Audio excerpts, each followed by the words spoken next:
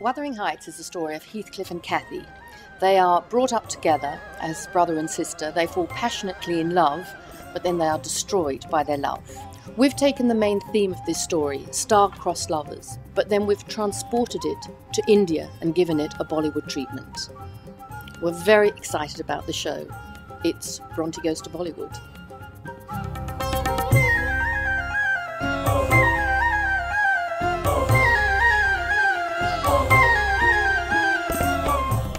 Deepak Verma, actor well known from television, came to us with the idea of writing this adaptation.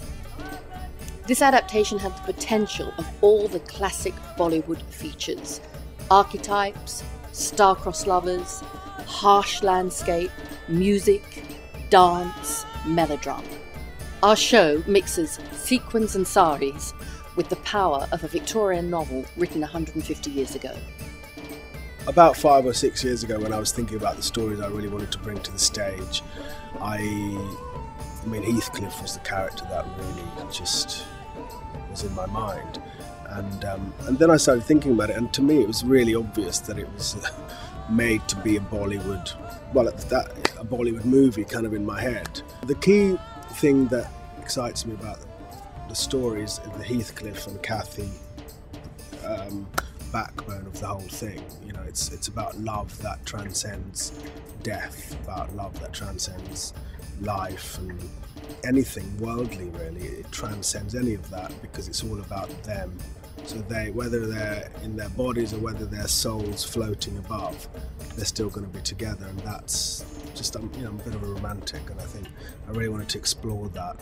And the Bollywood thing is so natural to me because, in terms of this story, because Bollywood is about heightened emotions, it's about heightened characters, it's about heightened situations. In our Wuthering Heights, the sort of harshness of the Yorkshire moors find its equivalent in the harshness of the desert. It's barren, it's endless, there's a lack of water, and yet it's sort of seeped in history. You know, there are ruins of palaces and stories and love that has gone on over generations. And so somehow through this kind of barren environment, the love of Heathcliff and Cathy comes through. And what we've done in contrast to the barrenness of the environment is use the vibrancy of the colours of Rajasthan.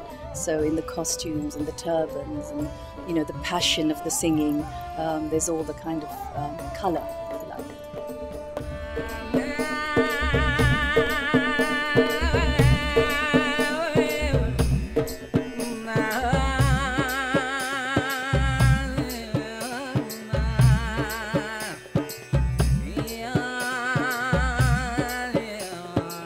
One of the things that really unlocked the love story for us was the whole thing of treating Krishan and Shakuntala as brother and sister. So when Singh brings him home as this sort of street urchin, he basically says to his kids, "This is your new brother." So Shakuntala, for her to fall in love with her brother, even though their blood is not the same, the stakes are enormously high. Incest is forbidden in any society, and very much more so, when we think about what being a brother and sister means in Hindu society.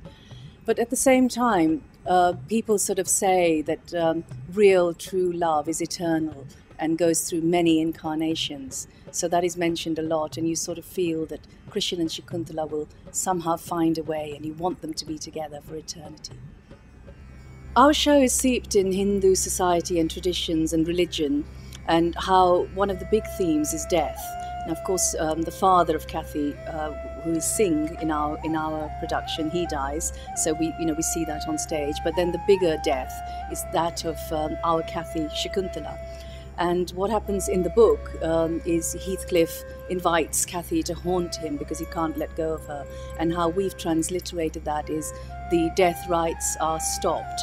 So instead of her being cremated and the ashes being thrown into flowing water, as it would happen with Hindus, which sets the soul free, in this instance, the ashes are not thrown into water. And so therefore she's sort of in transit and her soul haunts him.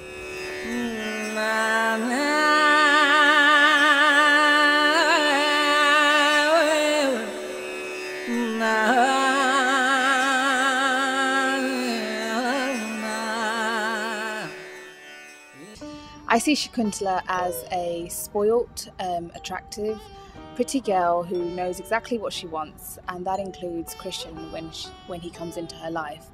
She falls in love with him, however she's also shallow enough to meet somebody who's got everything that she could possibly dream of, money, status, wealth, the high life, and she's willing to sacrifice her love to get what she wants, which in the end she loses out because it's not a good ending.